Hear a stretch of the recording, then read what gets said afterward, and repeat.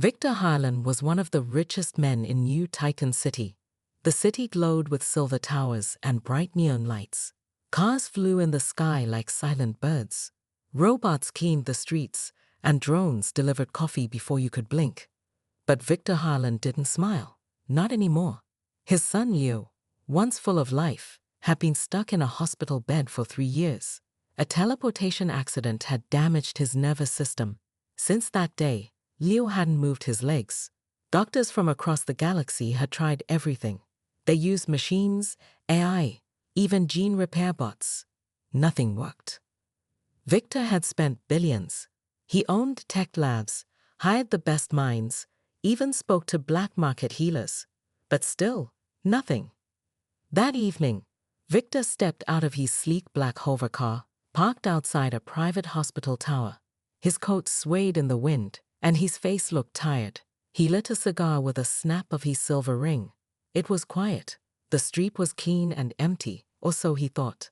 From the dark alley beside the hospital, something moved. A small figure stepped out. Victor turned slowly. What he saw made him pause. It was a girl. A young black girl, maybe 14 or 15. Her clothes were torn. Her feet were bare. Her hair was messy and full of dust. Her face was calm, but her eyes glowed faint blue, like powered AI cores from the old Earth systems. She looked straight at Victor. "I can make your son walk again," she said. Victor blinked. He didn't say anything for a second. Then he gave a short, cold laugh. "What did you say?" he asked. The girl stepped closer. "Your son, Leo Harlan.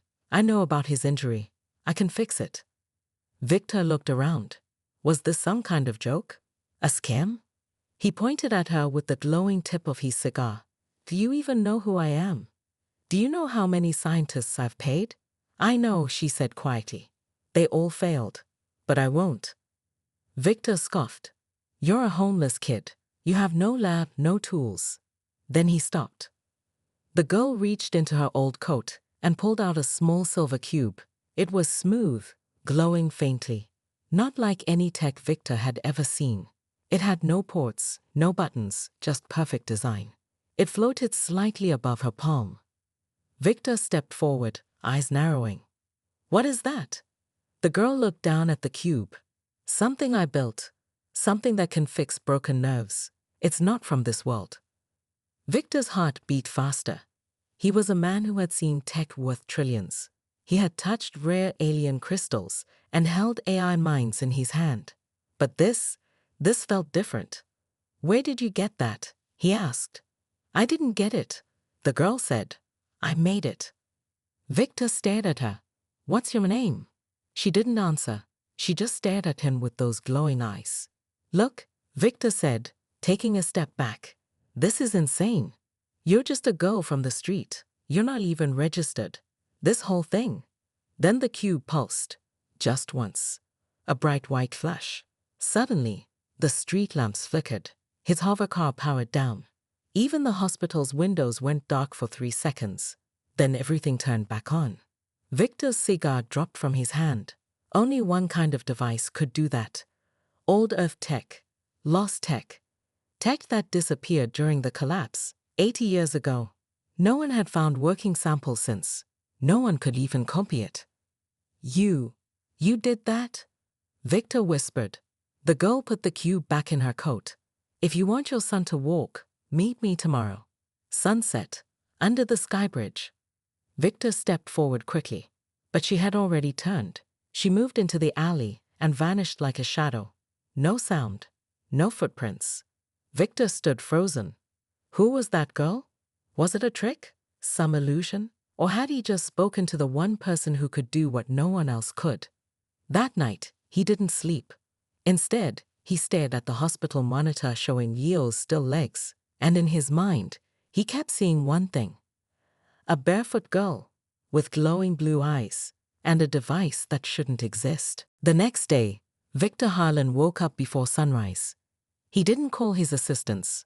He didn't speak to his security team. And for the first time in years, he didn't visit the hospital right away.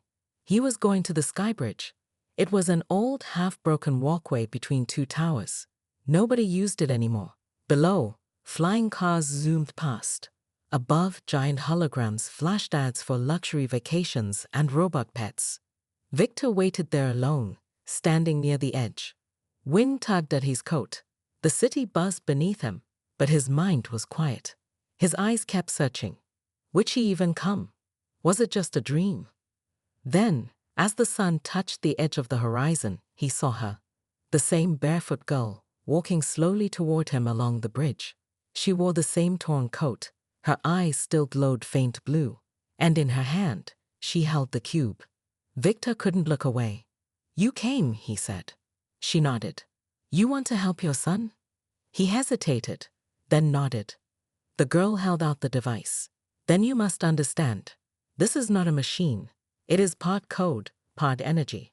It speaks to the body, not with wires, but with light." Victor stared at it.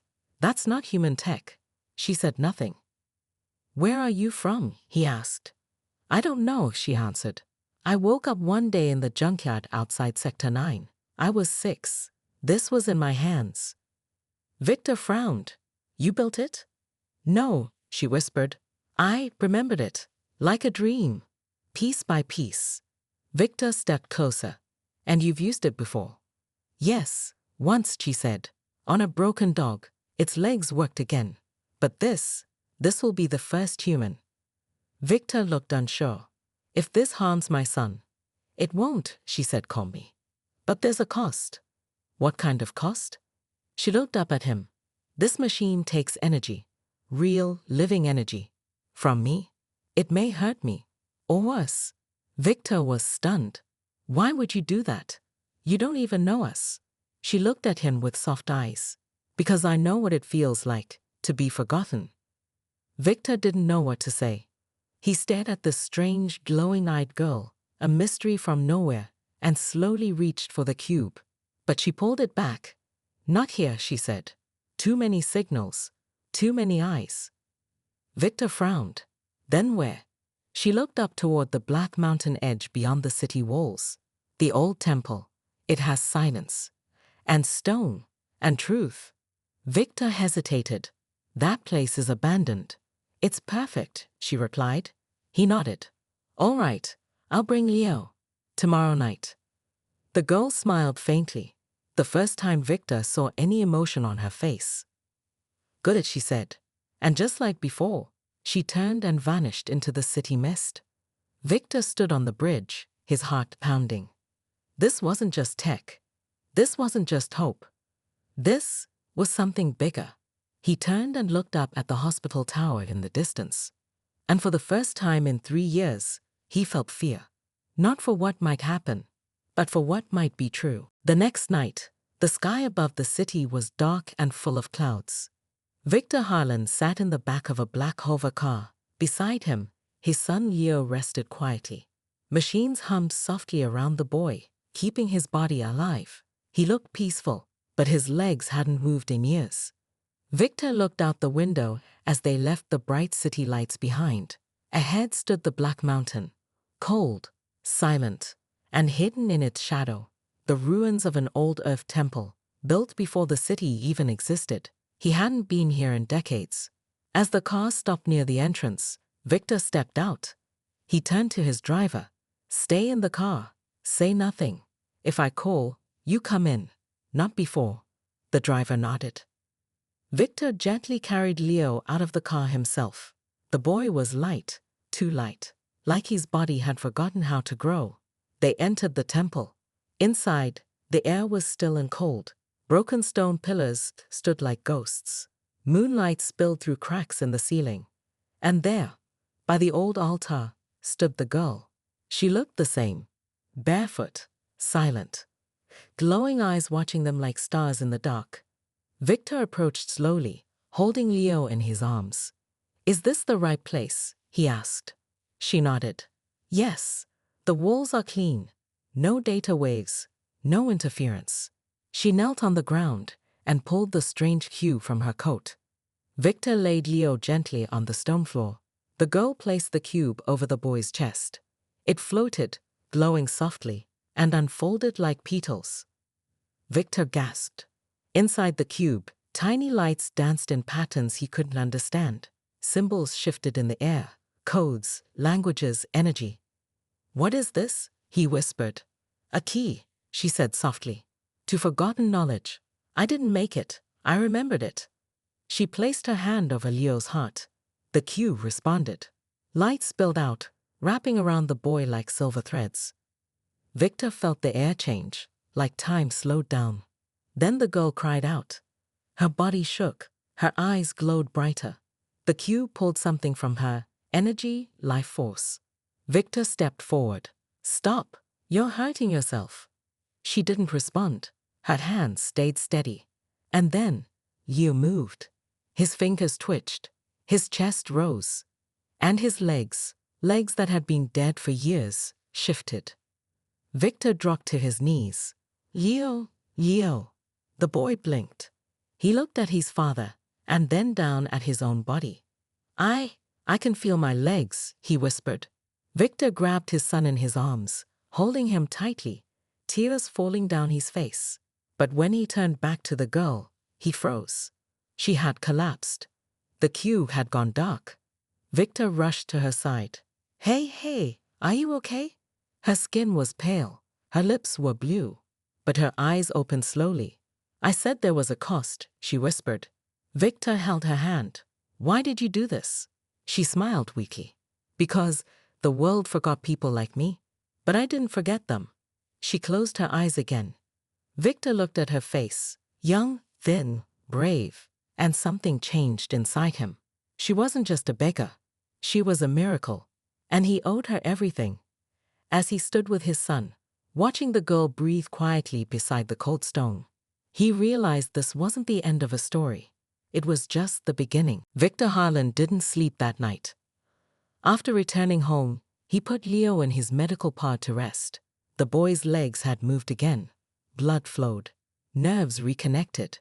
It was real. But Victor couldn't stop thinking about the girl. She was resting in his guest room now, weak and silent. He didn't even know her name. So while the city outside buzzed with lights and hovercars, Victor locked himself in his private study.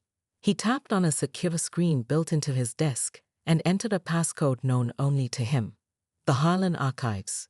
Files hidden from the world. Secret projects. AI research. Medical failures. Blacklisted knowledge. He began to search using keywords. Unknown healing tech. Pre-Earth AI. Neural thread activator. Blue glowing eyes. One result blinked open. KROGCTEVE. STATUS. TURMANATD. Victor leaned forward. The file showed old video clips. A small lab. Scientists. One young girl in a glass chamber. Barefoot. Thin.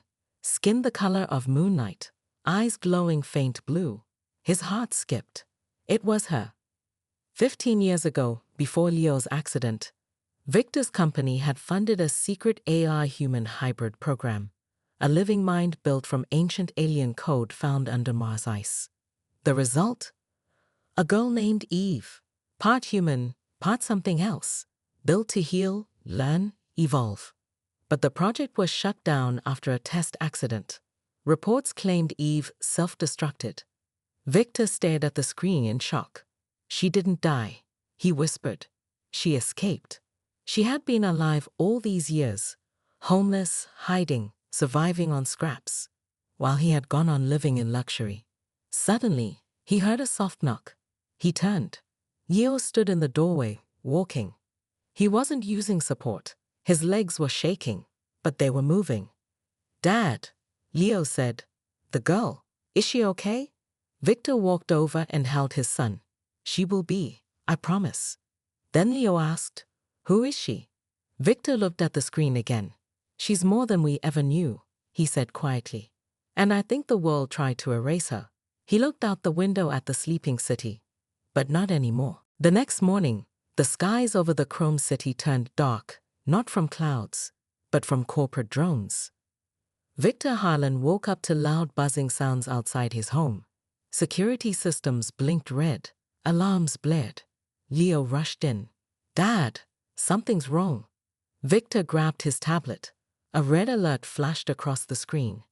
Intruse ion DTSTTT. Corporate a strike TAM inbound. He knew immediately who had sent them. The board. Years ago, when the EVE project was shut down, the files were locked by the Tech Council. Only a few people knew the truth. But now that Eve, this mysterious girl, was active again, they were scared. And they wanted her gone. Leo, go to the basement and lock the door. Don't come out until I say, Victor said firmly. But what about her? Leo asked. Victor looked toward the guest room. Eve was sitting up now, her body still weak, but her eyes brighter than ever. I'll handle it, Victor said. He ran into the room. Eve, listen, they're coming for you. You need to hide. But Eve shook her head. No, they won't stop. I know them. She stood, shaky but determined. Just then, the walls shook. The front doors blasted open. A dozen black suit soldiers stormed inside with laser rifles. Victor stood in front of Eve.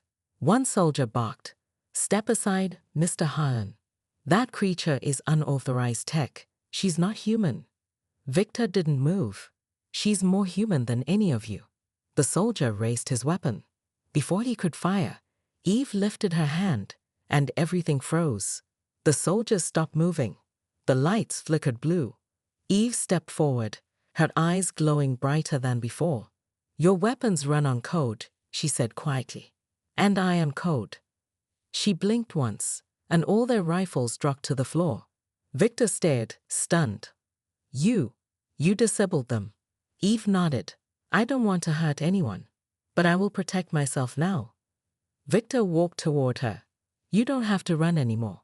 More drones buzzed outside. More enemies would come. But for now, Eve had made a stand. And Victor, who once ignored a strange girl in an alley, was now her shield.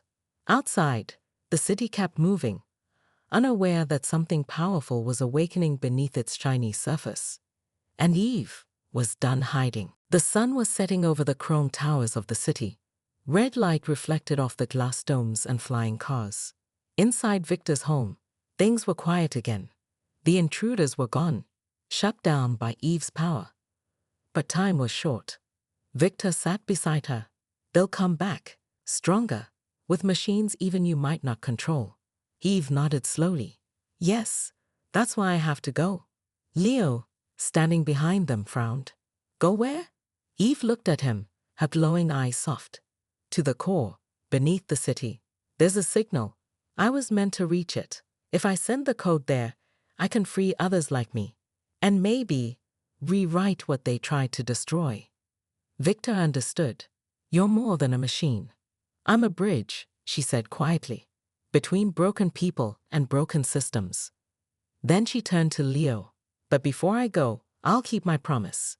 She reached into her old satchel and took out a small silver disc. It was humming with light. She placed it on Leo's spine and whispered, "Breathe." The disc sank into his skin with a soft glow. For a moment, nothing happened.